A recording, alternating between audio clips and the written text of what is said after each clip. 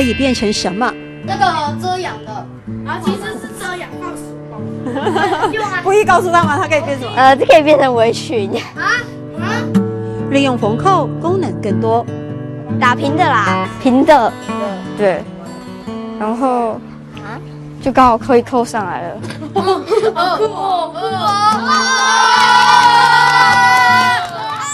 我们现在看到的是一个客家花布的环保袋，可是傅一说呢，这个袋子可以变成我身上搭配时尚的领巾哦，真的吗？对啊，呀，你懂用尾周，这要怎么做？亚了搞你，你来教我。好，这款多功能客家花布让今年小5的谢富一一举摘下2011年巴黎国际发明展的银牌。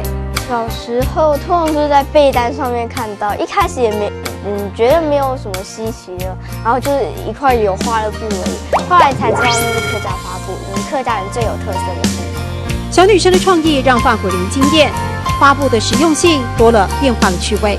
觉得欧洲人都习惯下班之后把口袋的所有东西都掏出来，然后就装进一个袋子里面，然后第二天一包，然后就上班去了。这样，我家里有养小宠物，像是吉娃娃之类的小狗，那么就可以把它卷一卷，然后扣上这个扣子，它就变成一个小型的宠物的肚兜。这样，还想研发成婴儿背带。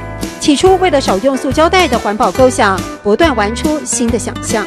他做的过程当中，如果有一些困难的话，我们这边就给他建议，然后能够实现他的一些理想。11岁的谢富一把客家花布带进了国际比赛的舞台，或许我们可以期待，以后他会是发明界的古幼文。